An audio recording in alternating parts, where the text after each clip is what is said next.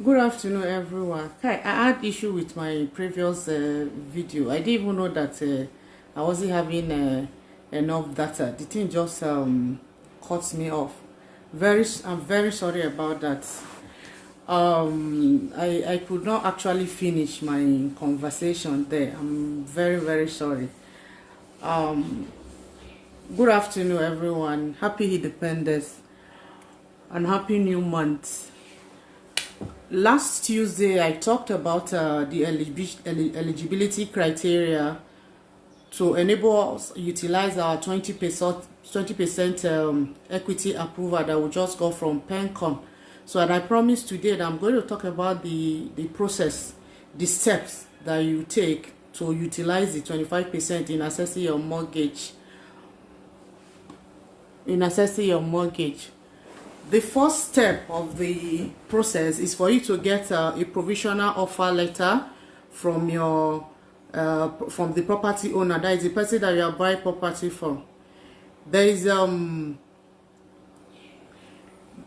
option for you to get your property from any preferred location that you want. Even if you want the property from your village, from your state, you can buy a property anywhere. So there is no restriction on a particular location that you are buying the property from.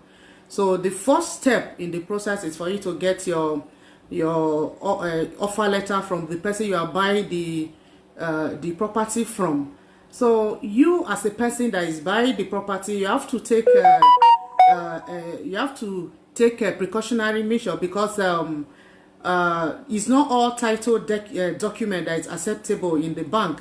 There are some documents that are not transactional documents, title documents. So the documents that are acceptable by the bank, they are the certificates of occupancy, your deed of assignment, government consents. Although some people might give you offer letter, contract documents, payment receipt, and the rest. All these documents, they are not tenable. The major documents that are tenable, like for example, even estate developer, the first document that they will show you is the survey plan of the estate. So certificate of occupancy, deed of assignment, because if the person that owns a property, that is the owner of the C of O, is selling the property to another person, there must be deed of assignment that is transferring that particular title document to the person that is actually buying the property now. So if you are getting this in an offer to buy a property from anybody, this is not property that it is your own money that you're using to finance it. So you have to do due diligence, because the bank is financing it for you. So it's not every document that bank accepts. So there are some documents that are not tenable in the court. So it's only a document that if there is any issue, that when the bank take to the bank after perfecting those documents, when they take it to the court, they'll be able to have access or whatever to your property. Those are the only documents, you understand, that they collect. So if you want to buy a property and they are telling you that it is chief of that environment that signed the title document of that land or of that property, don't buy because they are not tenable. So the property that you can, as in, collect the offer letter that you bank can process for you, they are the property that have C of O, deed of assignment, government consent, etc. So that is the first step for you to get the offer letter from the property owner. Then the second step now, once you have obtained your provisional offer letter from the property owner, why they call it provisional offer letter is because it's an offer that there are some certain conditions that must be fulfilled. If those conditions are not fulfilled, it is not valid. That is why it is called a provisional offer. So you get a provisional offer letter from the property owner. So once you get that provisional offer letter, the next step now is for you to go to the mortgage lender, the people that you are going to borrow the money from. They can be primary mortgage institutes, they can be commercial banks. So any of the institute that you want to go through, so you take your offer letter, you take it to those mortgage lenders. So the mortgage lender now on their own will do due diligence. They will verify the owner of that property.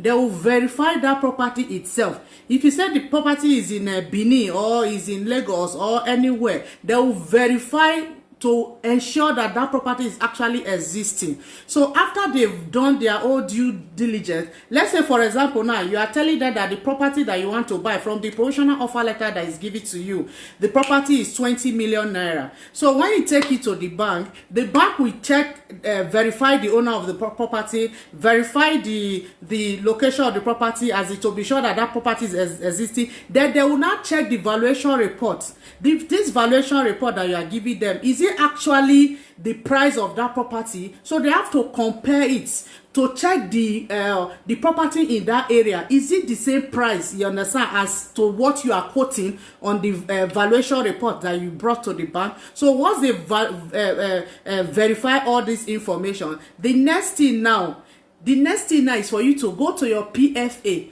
You go to your PFA and go and obtain your statement of account. You obtain your statement of account, and that statement of account must be duly signed by the PFA. You, of course, you know that the statement of account can be forged. So they will sign and stamp the statement of account. So you take that statement of account, you take it to the mortgage lender. So they will now analyze that statement to see if the price of your property, 25%, whether the one that you are getting from a retirement savings account, whether it's going to cover it. If it is not going to cover it, the bank will now ask you to go and look for the money to balance off the difference. Let's say, for example, now you are buying a property of 10 million naira. 25% of 10 million naira is 2.5 million. Then you go to your PFA to collect your statement of account. You bring it to the mortgage lender and they discover that the total contribution as at date is 8 million naira. Obviously, 25% of 8 million cannot cover up 25% of 10 million property that you want them to finance for you. 25% of 8 million is what? Is 2 million. That means you have a difference of 500,000 naira to balance off. So you now go and look for that 500,000 and pay into your account with the mortgage lender. So the evidence of that 500,000 that you have paid, the difference of the equity that you are looking for, with your offer letter, the bank lender now will now prepare offer letter and give to you. That is mortgage offer letter and give to you. So that evidence of payment of that difference of 500,000 plus the offer letter that they have given to you, the mortgage offer letter that they are giving to you, they will now send a copy of it to your PFA after 2 working days. Then after that 2 working days, you will now go to your PFA. You now go to your PFA to go and apply for your 25% with them. You have to go there in person. This thing is not done in proxy. It is not allowed. You must go there physically to do whatever you are doing. So you now go there and go and fill your application form with them. So after filling the application form with them, then they will review your request. They will review your request, review all your documentation, and ensure that everything is okay. So once they have done this, they will now send your document, they will send it to PENCON. So PENCON will now do their own review and everything. If they are going to approve, they will approve. If they are not going to approve, if they are going to decline, they will now, whatever is their decision, it will be passed over to your what? To your PFA. So if it is approved, definitely your PFA will communicate with you. Then, you know, the offer letter and the payment difference, if there is any need, you understand, that your mortgage lender sent to your PFA is going to contain the amount of the loan amounts, the equity amounts, your bank account details with them. Because if everything is successful, that is the account that they are going to remit your 25% to. So if PENCON has approved it now, they will now communicate with your PFA. So your PFA now will now remit that your 25% to that account that is provided to them by your what? Your mortgage lender. So once they credit your account, the next one now is for your mortgage lender to add the balance, the one that they're supposed to add. That is the difference. Whether it was, depends on the equity they request from your, they requested from you. Because some people request 30, some people request 25, 20, depends on what. So the difference now, whether it is 75% of the value of the property, your mortgage lender now will now balance it off. Then they will now make the total payment, pay the property owner the amount of the property.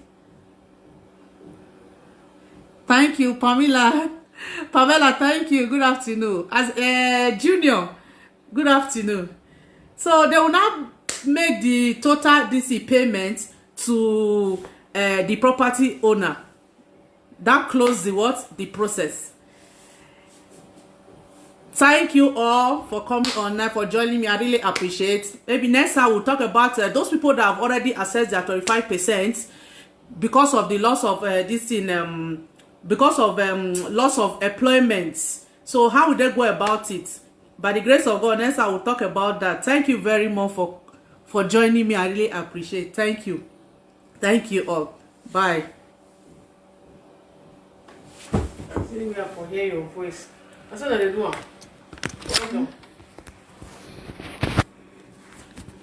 It's on my call, too.